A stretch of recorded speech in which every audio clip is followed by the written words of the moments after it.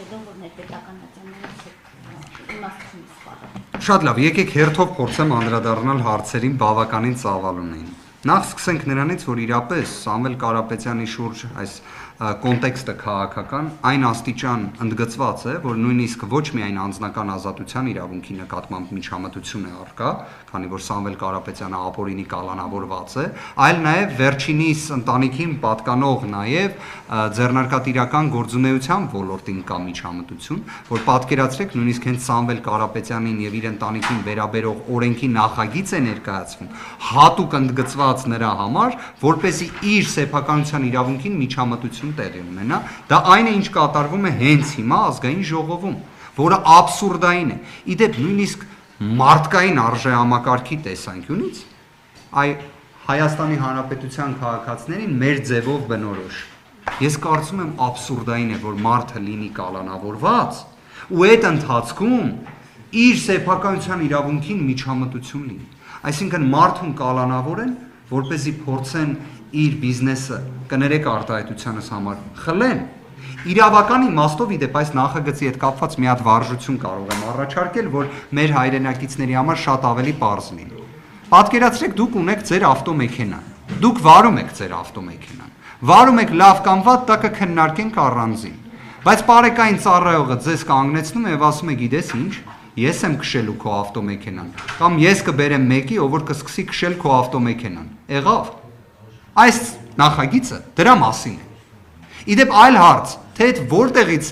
ներկա իշխանությունները որոշել են, որ իրենք ֆանտաստիկ կառավարիչներ են։ Կարծում եմ բոլորս շահագրգռված կլինեինք, որ իրենք լինեին ֆանտաստիկ կառավարիչներ, բայց այն բոլոր ծրագրերը մասնավոր պետություն համագործակցության շրջանակներում, որոնք այս իշխանություններն են իրականացրել, կարծես թե նվազագույն կառավարչական այդ մակարդակը չի պահպանվել։ Գործընկերներից շատերը խոսում են անիվի մասին եւ այլ, չէ։ Իդեպ երբ հեծի մասին են նաեւ խոսում, այդ կոնտեքստը, հա, քանի որ այդ հարցին եմ ուզում վերադառնալ, թե ինչի համար Սամվել Կարապետյանը կատարեց այդ հայտարարությունը եւ այլ։ Դրանք բոլորը վիճակագրական, իրավական տվյալներ են։ Հանրային ծառայությունները կարգավորող հանձնաժողովը, որը այս ոլորտի վերահսկողն է, հեծի գործունեության մեջ, այսպես ասած, էական որևէ թերություն չի տեսել։ Ավելին, միայն դրականն է տեսել, եթե այդպես փորձենք համադրության մեջ դնել։ Ավելին, այն ներդրումները, որոնք կատարվել են հեծում այս տարիների ընթացքում, եւս փաստական տվյալներ են։ Իսկ չենք կարող դրանից խուսափենք։ Այն, որ սակագնի փոփոխություն գրեթե չի եղել, դրանից եւս չենք կարող խուսափել։ Այն, որ հարակից պետական կառավարմամբ նույն ոլորտի կարևոր կառույցներից մեկը բեցը ճիշտ հակառակի պատմությունն է, դրանից չենք կարող չէ խուսափել, որտեղ այդ կառավարչական մեղմ ասած խնդիրները հենց այդ կառույցում են։ Ինչևէ, հիմա վերադառնալով նրան, որ այս ամբողջ կոնտեքստը որ ֆիքսում ենք, որ ստացվում է էլ հակասահմանադրական ճանապարհով օրենքի նախագիծ, որ սեփականության իրավունքին միջամտեն, դրանով նաև օտար երկրյա ներդրումների պաշտպանության ռեժիմը լրիվ ոտնահարեն եւ միջազգային հեղինակությանը նաև Հայաստանի Հանրապետության վնաս պատճառեն։ Եվ այդ պայմաններում մի հատ էլ առանց կոչի համար անձին կալանավորեն քրեական հետապնդման ենթարկեն, ինչ պետք է այս դեպքում իրավական process-ը ապահովում։ Համառություն եւ քաղաքական հետապնդման նույնիսկ ամենավառ դեպքերում էլ նշվածի վերաբերյալ իրավիճակի փոփոխություն լինում։ Պետք է որևէ դեպքում չնահանջել, որևէ դեպքում չհուսահատվել։ Եթե պատկերացնենք այսպես, իրավաբաններին, փաստաբաններին, որ հարցնեք, եթե կարևոր մի գործով, օրինակ, էական իրավունքների խախտումների պայմաններում բողոք եք ներկայացնում եւ մակագրվում է Արմեն Դանիելյանին, որոնք են ձեր, այսպես ասած, առաջնային տպավորությունները, դա իհարկե հուսահատությունն է լինում։ Բայց այս պարագայում կարծում եմ, դուք չեք տեսնի հուսահատություն, դուք չեք տեսնի որևէ ձևով, այսպես ասած, իրավական մաքսիմալ գործիքակազմի իրացումից նահանջ։ Քրեական դատավարության օրենսգիրքը տարբեր գործիքակազմեր նախատեսում է։ Նաև միջազգային իրավական տարբեր գործիքակազմեր կան։ Վստահ եղեք, դրանցից յուրաքանչյուրը իրացվելու է։ Նաև համոզված եղեք մեկ այլ բանում եւս։ Այս ամենը, որ այդքան ակնհայտ է կատարվում, այն աստիճան, որ ստացվում է մենք բողոքից հրաժարվում ենք, անմիջապես դատախազությունը բողոք է ներկայացնում, հաջորդ օրը դա փաստագրված է։ Իդեպ հարց հնչեց, թե ինչի համար է բողոք ներկայացնում։ Իրականում հիմքը, եթե անկեղծ լինենք, նա է, որ Արմեն Դանիելյանը հանգարց չհեռանա այս գործից։ Կարար հենց դա խնդրամասում էլ գրվեր։ Ձևական իմաստով այդ, եթե չեմ սխալվում, 3 կամ 4 էջից բաղկացած բողոքը վերաբերում է նրան, որ առաջին Ացյանի դատարանը, հաշվի առնելով, որ Սամվել Կարապետյանը նախկինում երբևէ արատավորված չի եղել, արձանագրել էր, որ նոր հանցանք կատարելու ռիսկը առկա չէ։ Դատախազությունը ներկայացրել է բողոք, որ դատարանը պետք է արձանագրեր նաև նոր հանցանք կատարելու ռիսկը։ Այդ բողոքը ներկայացրել է մեր կողմից բողոքից հրաժարվելուց հետո։ Հիմա եթե իսկապես իրենք ազնիվ էին դրանում, Տիկին Մամուլյան, ախր ինչ հիմնավորում կարող է լինել, գրել են, որ պարզապես պետք է գրվեր, որ նոր հանցանք կատարելու ռիսկը կա։ Վստահ եմ ձեզանից որևէ մեկի համար նորություն չէ, որ մեր իրավապահները առանց որևէ մի փաստական տվյալի ներկայացնում են միջնորդություններ եւ գտնում են, որ ռիսկերը առկա են, առանց որևէ տվյալի։ Իդեպ մի հետաքրքիր հանգամանք հիշեցնեմ ձեզ, գործընկերներ, չեմ ուզում համեմատական որևէ մի վերլուծություն կատարեմ, պարզապես սառը փաստ եմ ուզում արձանագրել։ 2021 թվականին Դատախազության կողմից մշակվել էր օրենսդրական նախաձեռնություն Ազգային ժողովի 7-րդ գումարման դեռևս ժամանակահատվածում, ըստ որի միջին ծանրության հանցանքների դեպքում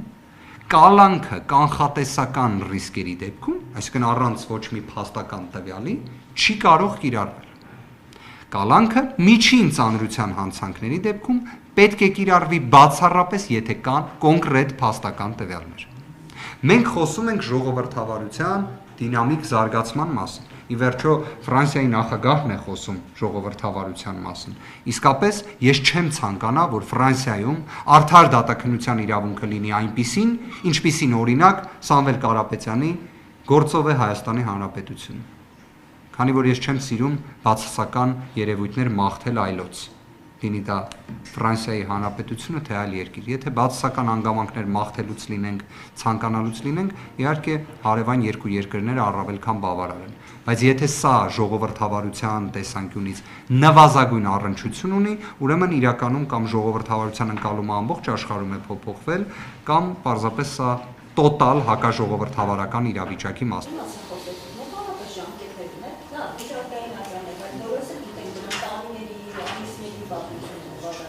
Կարող եմ ձեզ ասել։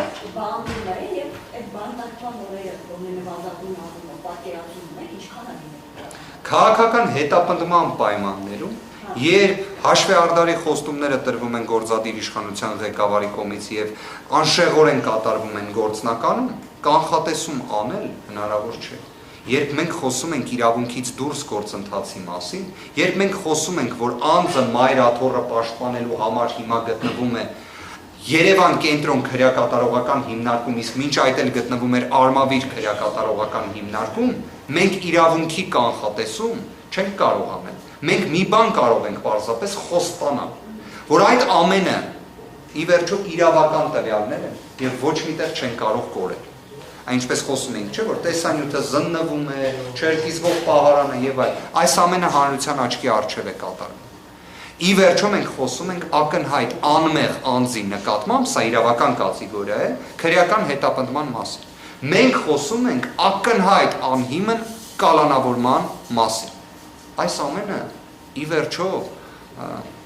վաղ թե ուշ իր իրավական հետևանքները ենթադրելու է։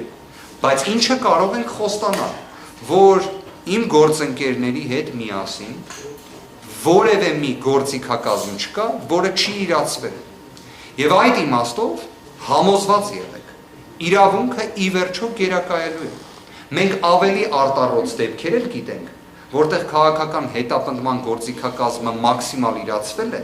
բայց ի վերջո ճաք տվել է։